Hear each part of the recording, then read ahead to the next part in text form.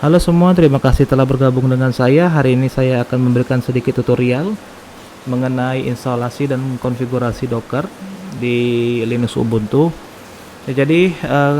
Kegunaan Docker kali ini adalah kita ingin membentuk yang namanya sistem terdistribusi. Ya, jadi sistem terdistribusi yang kalau kita pelajari dulu ya di mata kuliah pasti ada beberapa komputer, kemudian masing-masing komputer itu memiliki aplikasi, mereka ini saling berkomunikasi. Nah, dengan cara hal yang dengan ide yang sama, kita ingin membentuk sistem terdistribusi, akan tetapi tanpa menggunakan banyak komputer seperti itu. Nah, bagaimana caranya? Yaitu menggunakan kontainerisasi. Oke, untuk mencapai kontainerisasi, Anda harus pertama sekali menginstall Docker. Ya, karena Linux yang saya gunakan kali ini adalah Linux Ubuntu 18.04, maka Anda dapat membuka link yang telah saya soroti ini. Ya, silahkan misalnya Anda menggunakan 18.04. Namun bila Anda menggunakan Linux di luar dari sini, contohnya menggunakan Linux Ubuntu 16.04 juga disediakan, setahu saya juga masih disediakan. Dan misalnya Anda menggunakan Linux di luar atau di atas dari 18.04 juga ada, mungkin 20.004 seperti itu ya. Jadi tetap ada juga, ya silakan Anda ikuti. Nah, satu hal yang perlu Anda ketahui bahwa ketika Anda mau melakukan instalasi dan konfigurasi, Anda itu harus mengikuti step by step ya. Jangan sempat ada salah satu step atau langkah-langkah yang miss ya. Karena mungkin akan menyebabkan error ya, atau aplikasi Dockernya tidak jalan seperti itu. Nah, yang terjadi setiap komen yang saya soroti ini harus Anda ikuti ya, dari sudo apt update sampai pada nantinya adalah ini sudo usermod ag docker username seperti itu. Jadi dari awal ya sampai dia yang saya soroti ini haruslah Anda ikuti seperti itu. Nah, apabila Anda sudah mengikuti berbagai instruksi yang telah disediakan pada web DigitalOcean, nah dan Anda sudah sampai pada tahap yang terakhir, yaitu sudo usermod -ag docker username. Username ini haruslah Anda ganti dengan username virtual mesin Anda. Saya tidak akan membahas bagaimana cara melakukan instalasi VMware dan juga bagaimana meng-create yang namanya virtual mesin. Saya asumsi Anda sudah bisa sendiri secara mandiri Anda ikuti. Makanya informasi yang perlu saya sampaikan adalah username ini adalah username virtual mesin Anda. Seperti itu, ya. Kemudian dengan cara hal yang sama, yaitu di 18.04, Anda bisa lakukan juga di 20.04 ya. Hanya saja mungkin berbeda versi Dockernya ya, tapi nggak ada masalah sejauh ini. Jadi mungkin cukup itu aja untuk masalah instalasi yang namanya Docker. Nah, sekarang saya ingin fokus kepada selain Docker, fokus pada bagaimana cara mempulling image MySQL dari yang namanya Docker Hub. Jadi perlu diketahui bahwa Docker Hub itu tempat di mana banyak image yang dapat kita gunakan untuk untuk meng-create kontainer seperti itu. Ya, jadi sebuah image dapat membentuk lebih dari satu kontainer seperti itu ya. Nah, oke. Kali ini kita akan melakukan installing atau namanya pulling image MySQL. Anda dapat mengetikkan seperti ini yang saya tunjukkan kepada Anda ya. Di terminal Anda, maksud saya di terminal komputer Anda, yaitu di Linuxnya. Di Linuxnya saya coba login lagi sebentar.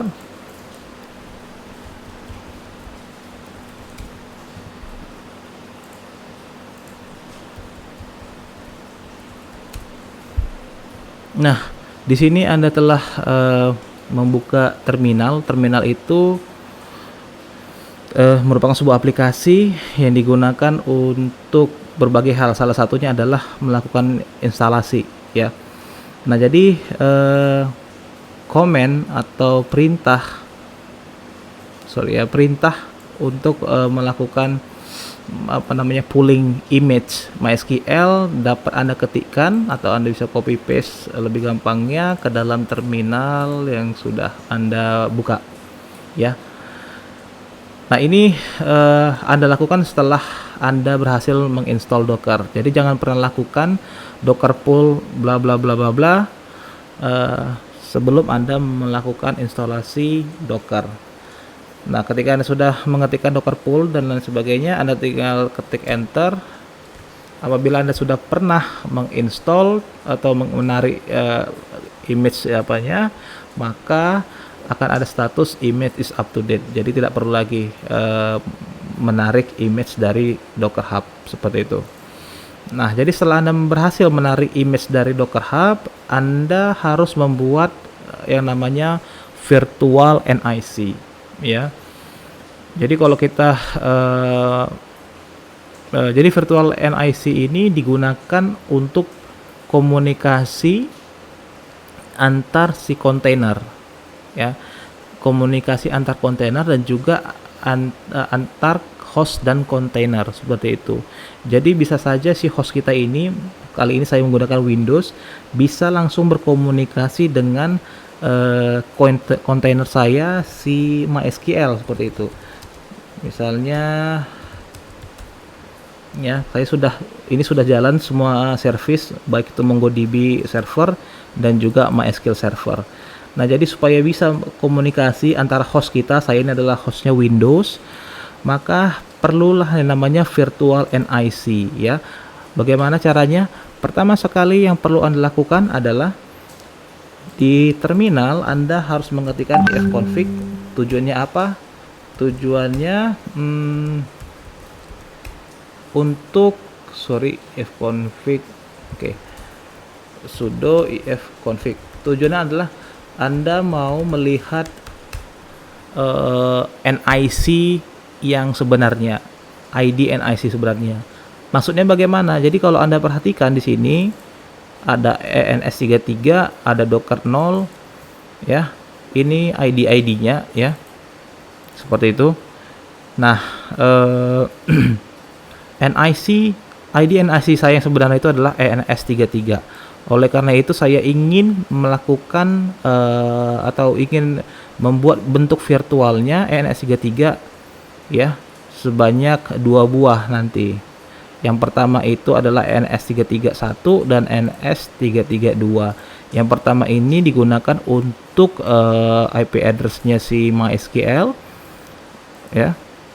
Dan yang kedua ini adalah NIC virtual untuk MongoDB server. Seperti itu. Oke, ya. Nah, jadi setelah Anda mengetikkan, Anda sudah tahu ID dari NIC Anda, yaitu contohnya ya saya NS33, atau bahkan Anda mungkin punya NIC ETH0. Biasanya ini NIC yang Intel punya, ya, seperti itu. Nah, jadi ETH0 seperti itu. Anda tinggal buat seperti yang saya soroti seperti ini. Oke. Untuk membuat virtualnya tinggal menggunakan ifconfig, kemudian sini adalah ID-nya, ID NIC kita. Misalnya saya ENS33, karena saya di sini adalah ENS33, maka ETH0 ini saya replace menjadi misalnya ya ENS33 seperti itu. Ya. Kemudian titik 2 angka 1 ini merupakan yang pertama, virtual yang pertama, ya. Nah, kemudian ini merupakan IP address virtual yang kita buat. Pak, bagaimana kita bisa membuat IP address virtual kita? Sebenarnya saya tidak tahu apakah yang dia IP address kelas A, kelas B, atau kelas C, ya. Jadi kelas A itu dimulai dari 0 sampai 10 kalau nggak salah, ada kelas B 10 sampai berapa, 90 berapa segitu, ya. Dimulai IP address-nya. dan kelas C ya. Jadi yang ini saya buat adalah IP address kelas C.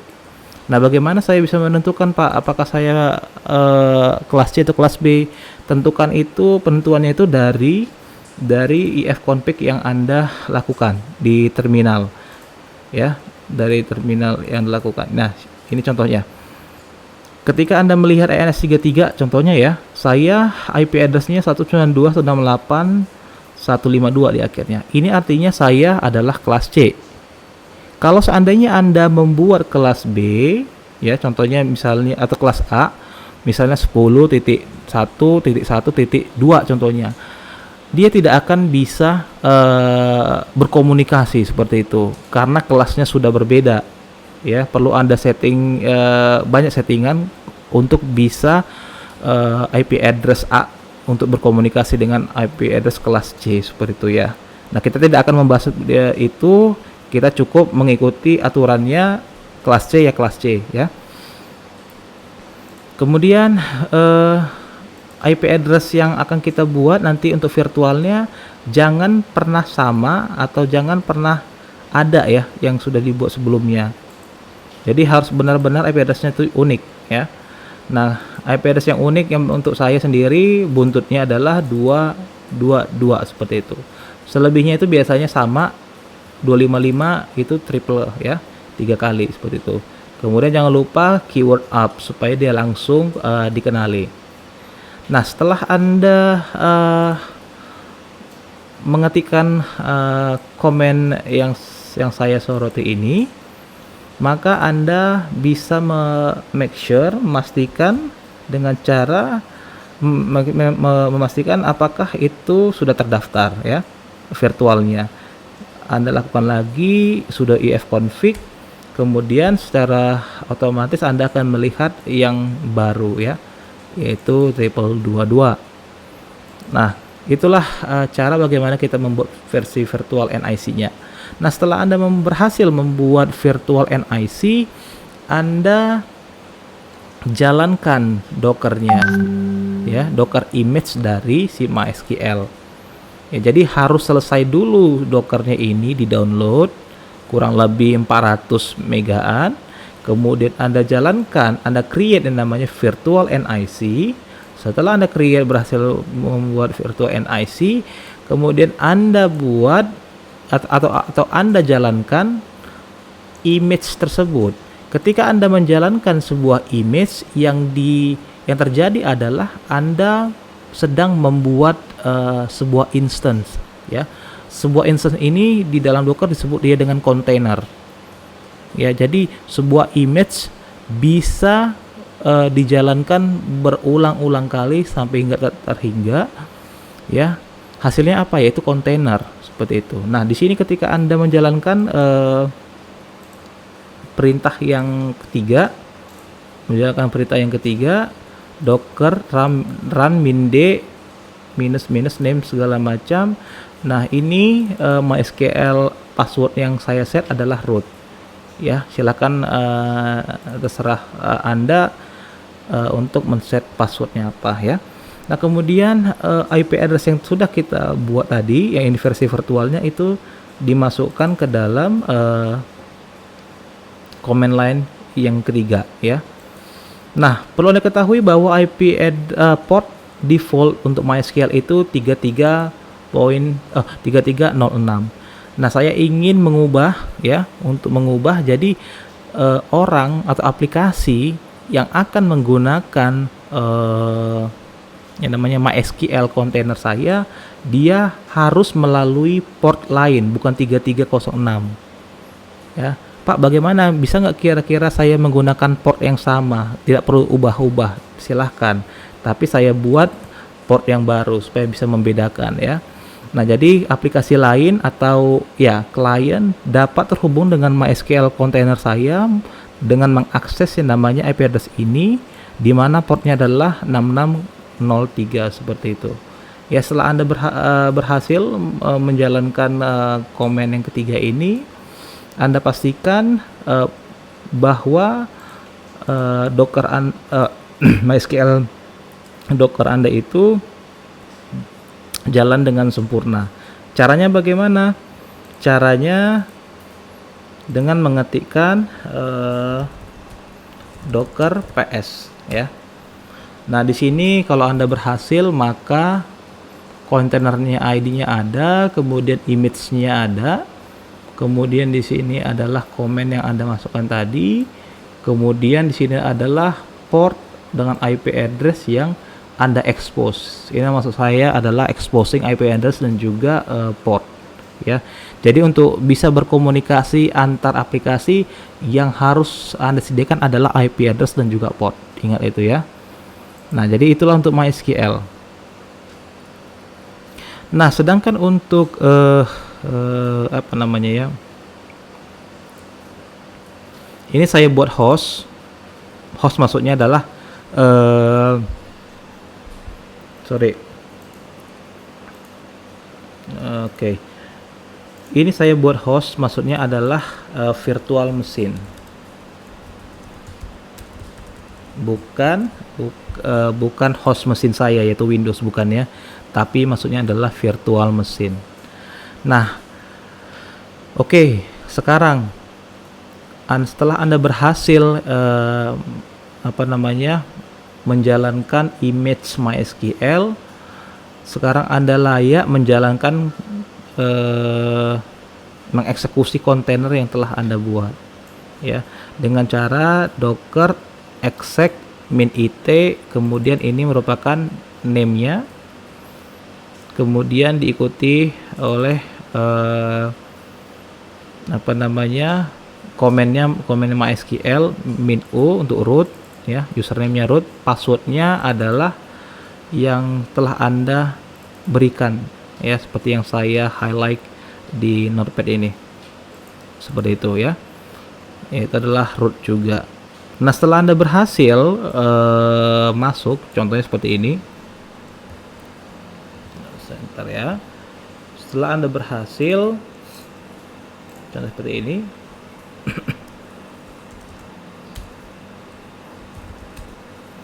Ya. Nah, maka Anda bisa melihat user yang boleh terkoneksi dengan MySQL server itu siapa-siapa aja, dengan cara menjalankan perintah yang saya soroti ini ya. Perintah yang saya soroti ini tujuannya adalah melihat MySQL user. Jadi Anda perlu menambahkan user yang diizinkan untuk terhubung dengan MySQL server. Seperti itu. Anda lihat dulu. Oke, sekarang saya eksekusi.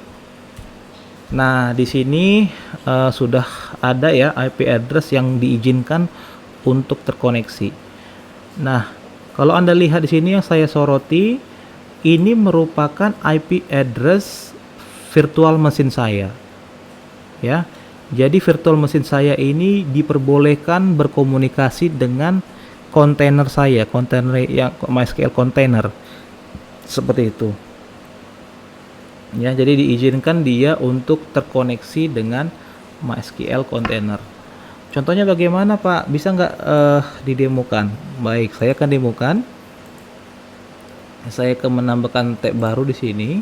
Oke, kemudian saya akan copy paste MySQL host minha, itu maksudnya host, IP address si kontainer yang sudah saya expose IP addressnya, kemudian portnya adalah 6603, sedangkan protokol saya bikin TCP ya, min urut dan min p. Kemudian saya ketik root sebagai passwordnya, maka berhasillah si virtual mesin saya berkomunikasi dengan kontainer saya ya, secara tidak langsung. Kalau kita bisa bayangkan, ini adalah mesin antar mesin seperti itu ya, namun dia ini versi kontainer. Baik, selanjutnya adalah setelah Anda mengetahui list-list dari user yang terdaftar di MySQL ya, dan ternyata ada user yang belum terdaftar di MySQL, Anda perlu mendaftarkannya. Bagaimana cara mendaftarkannya? Nah, cara mendaftarkannya adalah dengan mengetikkan komen yang seperti saya soroti ini, ya. Di komen yang ketiga. Di sini jika Anda lihat saya membuat create user di mana root, ya. MySQL itu username-nya itu adalah root. Kemudian di sini IP address yang Anda ingin tambahkan. Seandainya saya ingin menambahkan IP address dari si host, ya ini yaitu si komputer saya, di mana IP address-nya adalah 192.168.43.121 seperti itu. Nah, saya tinggal mengetikkan di sini 192.168.43.121 seperti itu. Ini merupakan IP address host, ya, yaitu Windows yang saya miliki. Kalau Anda lihat di sini sudah terdaftar, ya. Kalau Anda lihat di sini seperti yang saya highlight sudah terdaftar seperti itu. Nah, setelah Anda berhasil mendaftarkan user dengan perintah yang saya highlight di notepad saya ini, maka Anda perlu melakukan flush, ya. Ya, melakukan flushing seperti itu. Anda lakukan flush. Setelah Anda lakukan flush, Anda layak untuk connect, ya, ke dalam kontainer Anda itu. Nah, caranya bagaimana? Dengan cara melakukan tes koneksi MySQL -h, kemudian IP address-nya, IP address dari MySQL container, portnya berapa, dan juga username-nya apa. Seperti itu, ya. Yang seperti saya soroti di notepad. Seperti ini. Oke, setelah Anda berhasil, saya ingin menunjukkan kepada kalian, mungkin ada dari antara kalian menggunakan MySQL Yoke. Ya, saya ingin coba MySQL Yoke. SQL Yoke, saya ingin menambahkan SQL Yoke sebentar.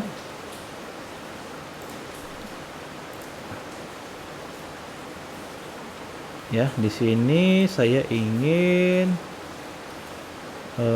mendemokan, misalnya ada aplikasi lain menggunakan SQL Yoke contohnya. Ketika Anda sudah berhasil membuat, maka Anda tinggal connect saja. Root. Seperti itu, ya. Jadi Anda sudah berhasil terkoneksi, ya. Jadi host saya ini berhasil terhubung dengan MySQL server yang berada di dalam virtual machine dalam bentuk kontainer, ya. Jadi secara tidak langsung terjadilah yang namanya distributed aplikasi, ya, terdistribusi aplikasi, di mana saya bisa berkomunikasi aplikasi saya ini langsung ke server ke kontainer MySQL kontainernya itu, kemudian dari virtual machine juga bisa terhubung ke web container seperti itu. Nah, setelah berhasil, ya, untuk MySQL, kita langsung lari ke MongoDB. Dengan cara yang sama, Anda itu harus menarik image MongoDB server, yaitu dengan mengetikkan perintah seperti yang saya soroti ini, ya, docker pull mongo. Nah, setelah Anda berhasil menarik image, ya, kemudian Anda create lagi yang namanya virtual NIC dengan cara yang sama, tapi jangan lupa ini angka 2, ya. Setelah angka 1 kita buat begitu. Jangan lagi buat angka 1 di sini, nanti akan ditiban seperti itu, ya. Jadi Anda itu harus buat angka 2 di situ. Kemudian IP address-nya juga berbeda, harus yang unik. Karena sini sudah 222, saya bikin 223, ya, dan seterusnya.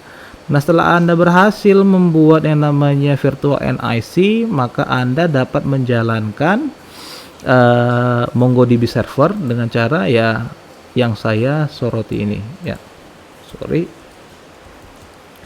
seperti yang saya soroti ini. Docker run minde name MongoDB driver ya, MongoDB password secret dan lain sebagainya ya. Ini saya bikin username adalah mongo admin seperti itu ya. Jadi perlu Anda ketahui, nah ini yang paling kritikal untuk MongoDB. Ketika Anda meng-create database di dalam MongoDB, namun kalau tidak ada yang namanya collection-nya, jadi ya collection-nya, maka ketika Anda load ulang database Anda itu, maka tidak akan ada ya. Nah, jadi kalau di dalam MongoDB itu ada istilah namanya collection. Collection itu merupakan sekumpulan dokumen. Ya seperti itu. Jadi kalau kita berbicara mengenai NoSQL ya, NoSQL dengan menggunakan MongoDB itu merupakan sekumpulan dokumen, bukan yang kayak kita lihat di dalam database RDBMS biasa. Entah itu Anda menggunakan SQL Server atau MySQL, enggak. Tapi kalau di MongoDB namanya dokumen. Oleh karena itu namanya collections. Seperti itu ya. Jadi kumpulan dari berbagai dokumen. Seperti itu. Nah, jadi setelah Anda berhasil, Anda bisa make sure Anda bisa install yang namanya ya mungkin IDE untuk connect ke MongoDB. Kali ini saya menggunakan Studio 3T. Silakan Anda download bila mau, atau bisa Anda menggunakan IDE yang lainnya. Nah, di sini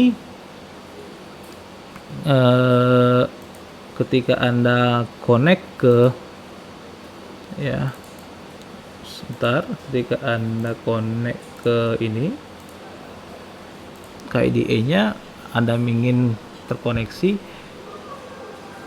Sebentar, saya ingin koneksi manager. Nah, ketika Anda berusaha untuk connect nanti dengan cara mengklik connect, kemudian ada new connection. Mungkin ini tidak akan tercapture di video saya. Ya, nanti Anda bisa coba-coba di authentication ya, tab autentikasi. Anda pilih nanti ada namanya basic, autentikasi mode-nya basic. Di sana Anda akan diminta username dan password ya. Masukkan username password yang sudah Anda create sebelumnya melalui komen yang kita ketikkan tadi, yaitu kalau ini username-nya apa, Mongo admin. Kemudian passwordnya adalah secret, seperti itu ya. Nah, kemudian nanti secara otomatis di sana ada namanya autentikasi DB. Isinya adalah admin. Itu merupakan udah default ya, sudah disediakan di awal. Kalau Anda isi dengan yang lain itu tidak akan bisa connect. Ya, jadi tetap biarkan saja autentikasi DB-nya adalah admin. Nanti dari sana setelah Anda bisa masuk login, Anda baru bisa meng-create yang namanya koneksi DB yang lainnya. Termasuk Anda meng-create namanya user baru, Anda beri role-nya apa, apakah dia admin, apakah dia role-nya sebagai, bentar ya, saya cek ini.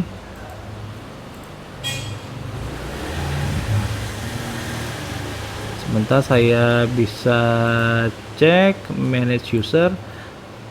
Bentar, user.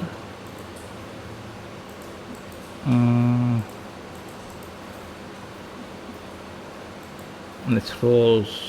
Oke, nanti ada, nanti di sana akan ada roles seperti admin, testing DB.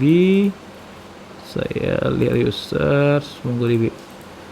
Nanti ada rolesnya admin ya, DB admin, ada banyak, ada grand rolesnya, ada owner, ada enable sharding, ada read, write, and admin, seperti itu ya. Jadi Anda bisa men-set berbagai roles ke database yang telah Anda create, namun melalui yang namanya database admin yang sudah ada sebelumnya by default, seperti itu ya. Nah, jadi demikian yang bisa saya sampaikan kepada kalian semua ya untuk masalah instalasi dan konfigurasi environment untuk praktikum kita. Bila mana ada pertanyaan silakan Anda ajukan di forum kita ya, di forum kita di piazza.com. Jadi terima kasih buat perhatian Anda. Salam.